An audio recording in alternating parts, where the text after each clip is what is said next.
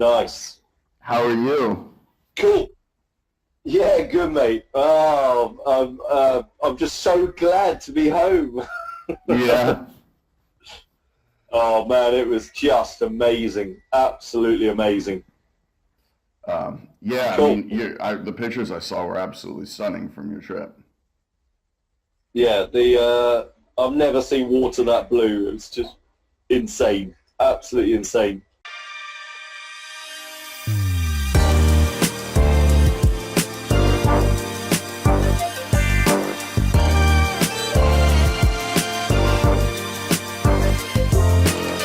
Yeah, so I got asked to join the first field trip of a 5-year program that is headed up by Dr. James Guest at Newcastle University in the UK. And he is heading up a 5-year program called Coral Assist, and it's funded by the European Research Council. And the idea behind Coral Assist is really trying to evaluate whether this this discussion around human-assisted evolution of corals is actually a viable option for restoration and restoring reefs through it. So he has chosen Palau as the research area. Him and his team have been out there for about the last 5 months. And what they've done is they've surveyed a whole bunch of reefs, different type of reef habitats, from exposed reef crest to, I don't even know how to describe it really. Some of the reefs are very, very still, calm water, quite high turbidity, but they're right next to these sort of limestone cliffs of islands in very sheltered bays. So you get completely different coral assemblages in the different locations. So they're studying about 4 different study sites. And in those study sites, they're focusing on 3 species, a branching acroporid, a massive coral, and then a plating folioform. And they're looking at reproduction. So for the first 5 months, what they've been doing is they've tagged about 100 colonies of each species, and then they're doing taking samples of those and doing thermal stress experiments to see which one out of those 100 of each species shows some degree of bleaching resistance. So they're doing, putting them in aquaria, multiple fragments, taking them up at different temperatures, and then recording any bleaching response. And within that, they're ranking the population of the tag colonies. And then, so what I was out there to help with is the first coral spawn. So it was the acroporids were spawning this month, and so they've tagged high resistant and then low resistant, and then we were looking at doing the different pairwise crosses of those resilients, and then they're following those youngsters over time to see if they inherit that resilience or don't.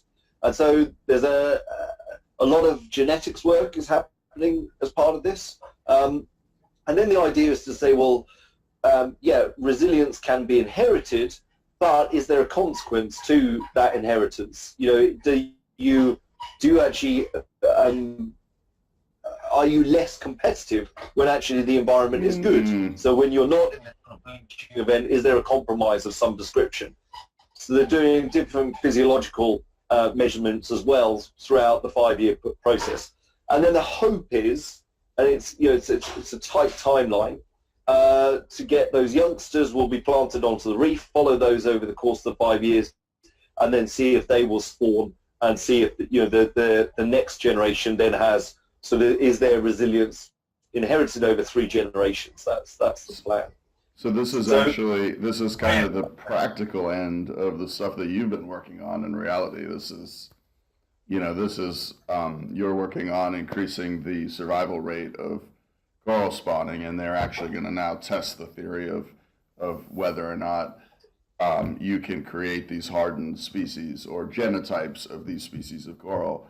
And then if there is a cost to doing so in terms of those organisms' survivability beyond their ability to withstand what's currently affecting the oceans, which is largely temperature rise. Is that the nutshell of it? That's exactly. Yeah, I mean, I think restoration, there's a number of people working in different ways, and I think all of those have got to come together. You look at Secor designing, a deployment mechanism of this tetrapod tile, and the idea behind that is very much around reducing the cost of actually getting those corals transplanted onto the reef, which is a really important thing that needs to be. The cost of actually delivering those onto the reef needs to significantly reduce so that upscaling becomes feasible. Then you think about the human-assisted evolution discussion. Can you already produce stronger offspring, and then using a deployment mechanism, you're getting more likely survival. And then also what I'm then looking at is this co-culturing. So can you then employ different reef organisms to then help the survivorship of the coral as well. So I think a number of facets need to work in combo and in silo with each other, or not in silo with each other, but in combination with each other. And then feeding, heterotrophic feeding. There's been a number of really nice studies that have come out recently looking at the implication of heterotrophic feeding on young corals and how that improves the survivorship post-settlement. So really it's the post-settlement is the definitely the Achilles heel of a lot of restoration practice at the moment, that we need to work on how we can produce hundreds of thousands of corals that are a year old. Now spawning the corals or collecting them in the field can be done. Now the next frontier is turning those thousands of larvae into thousands of corals. And it's interesting being down here in Miami, because one of the things that I hear being talked about actually is sort of the overall social impact of it, from the perspective of there's a lot of thought down here about educating the next generation of people, as in the children, into understanding the value of the reefs. And then there's also this commercial element talking about basically producing this coral so that the resort hotels who have beachfront can then create their own reefs using the biohardened coral that's that's produced or then grown in the aquaculture facility. So it's very gratifying to actually see all of these different things starting to coalesce a little bit. Yeah, absolutely. Yeah, I mean, I think there was a study came out last year before, looking at the value that reefs have in Florida in terms of flood defense, and it is colossal. Mm-hmm. It's billions of dollars. Yes, I mean, how was Florida? So you went over to Tampa?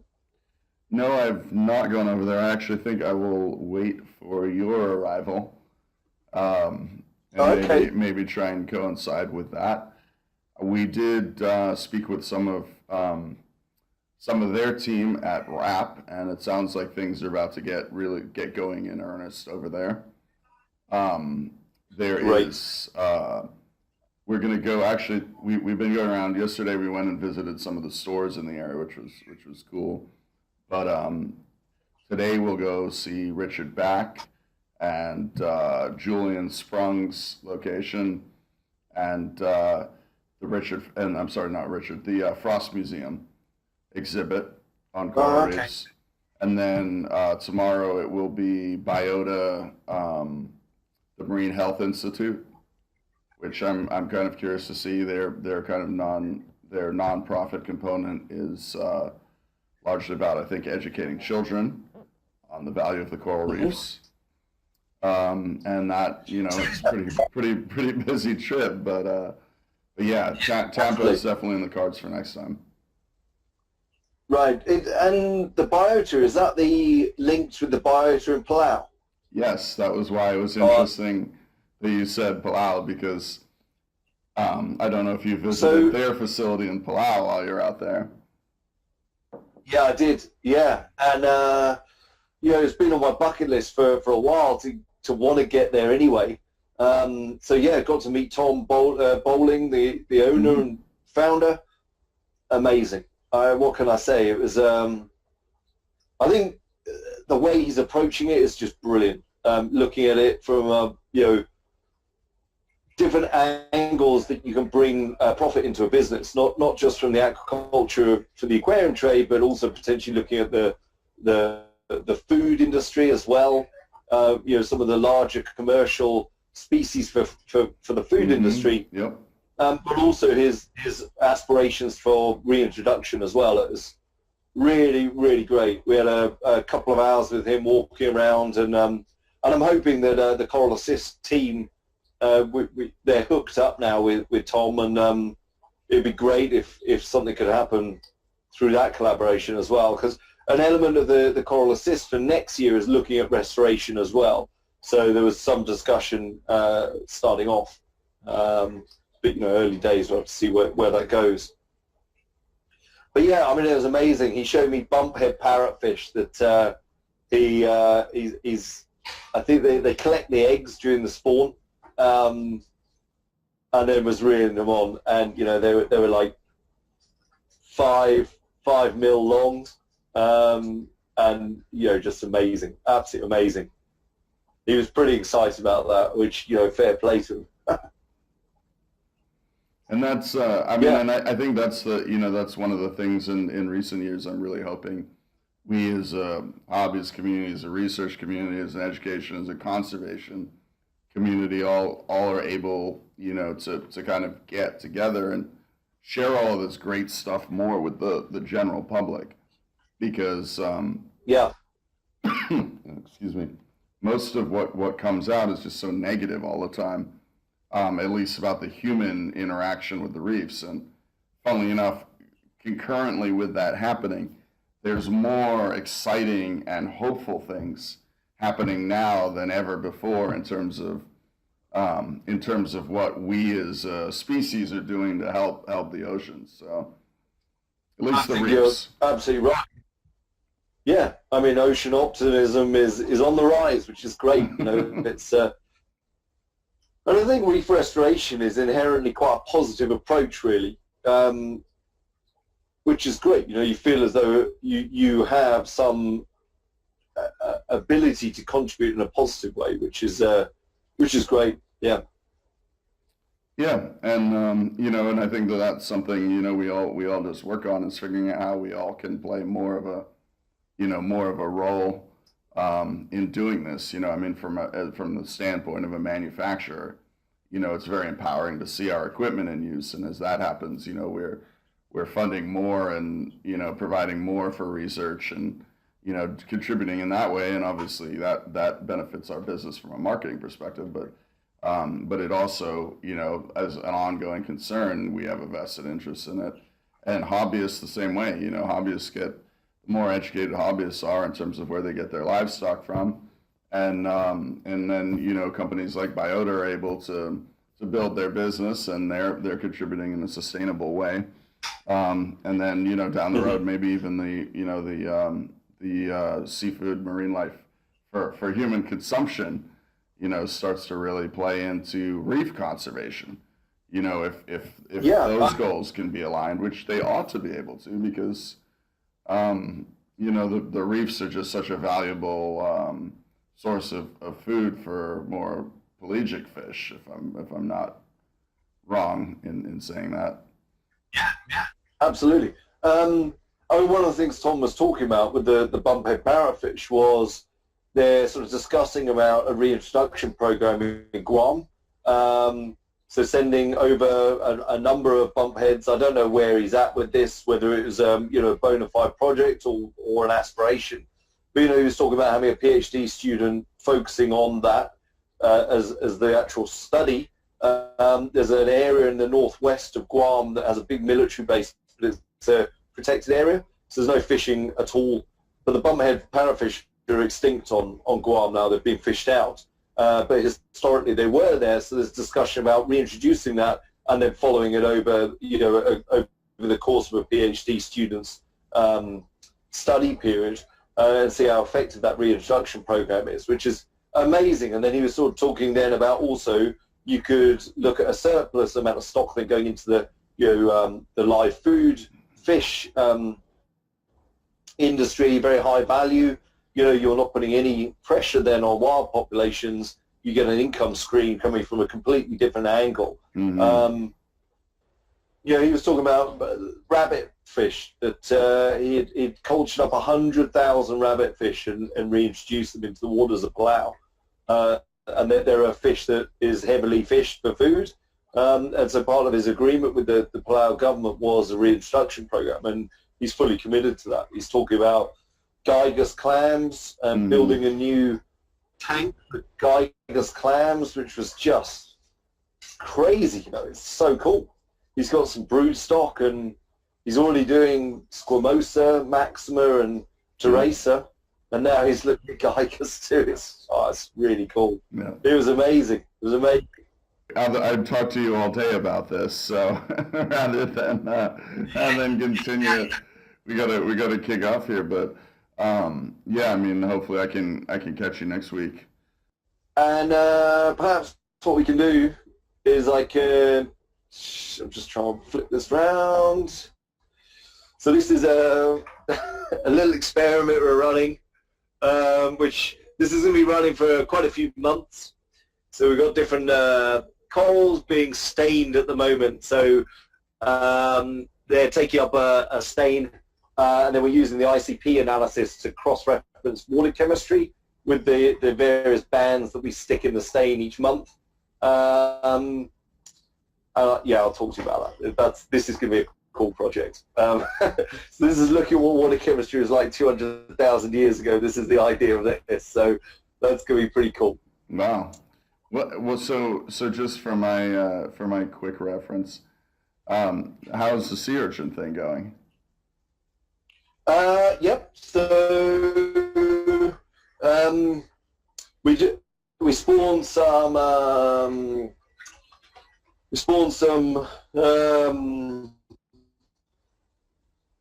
We go right. So that's got about, I don't know, probably about 1 million eggs in at the moment. We spawned these guys today. We had 6 individuals that produced, and then we've got some more bowls here, so we're splitting them up. So we've not managed to crack this species yet.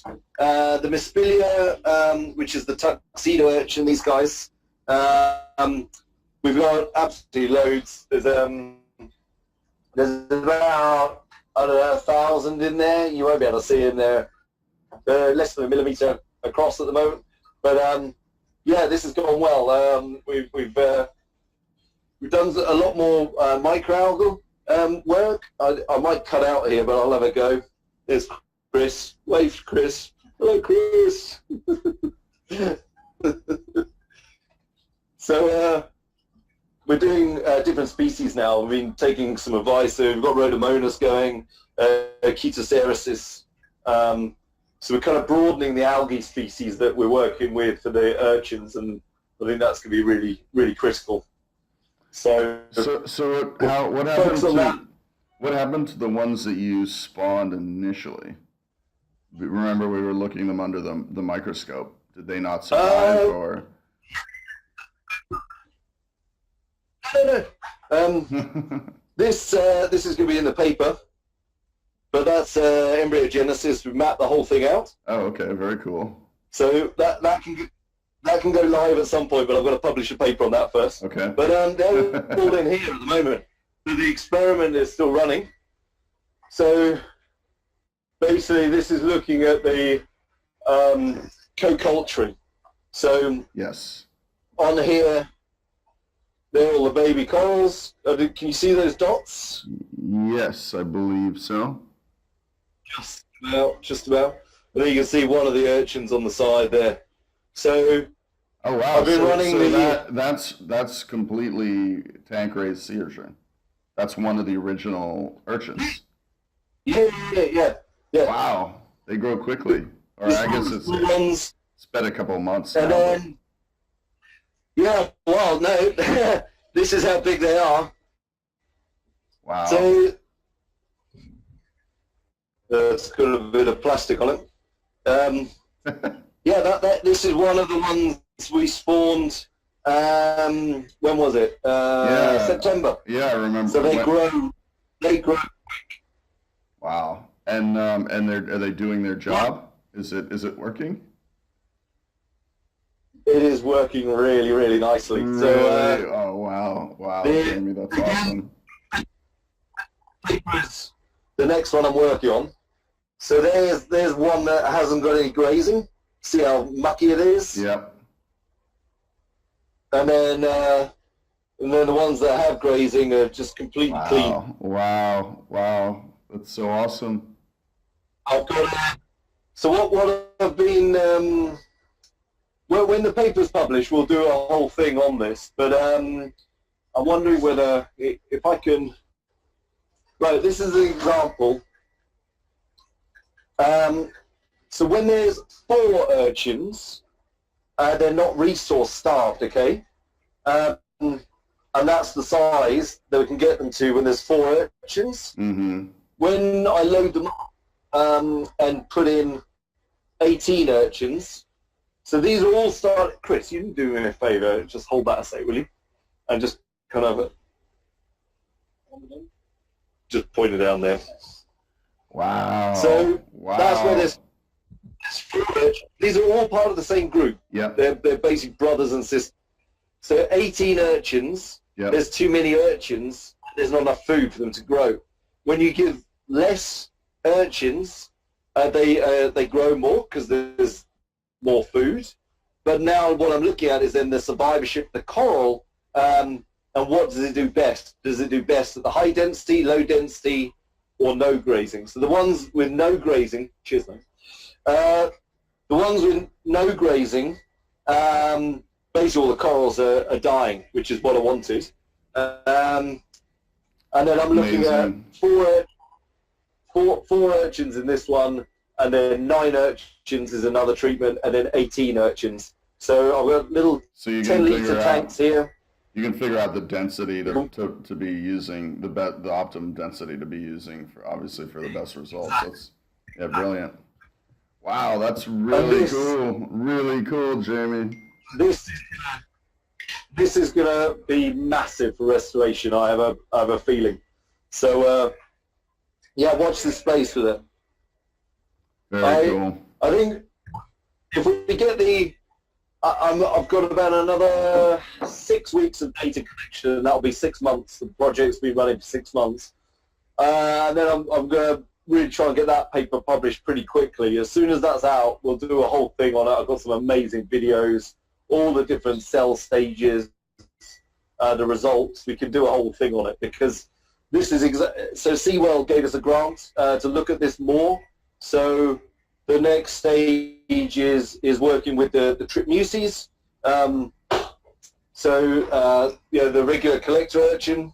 And then we're also going to be working on diadema as well. So diadema, because of the Caribbean component, we're just waiting for these guys to grow up a bit before we start spawning. This will be a little bit later in the year. But this will have direct implications, hopefully, in the way that Florida are approaching their restoration. Very cool. Yeah. So this is all a component of how do we upscale restoration, really. So, yeah. Well, awesome, Jamie. I'll let you go. We got to get on the road. Very, very cool. I'm totally excited to hear more about this for sure. Sounds good. Sounds good.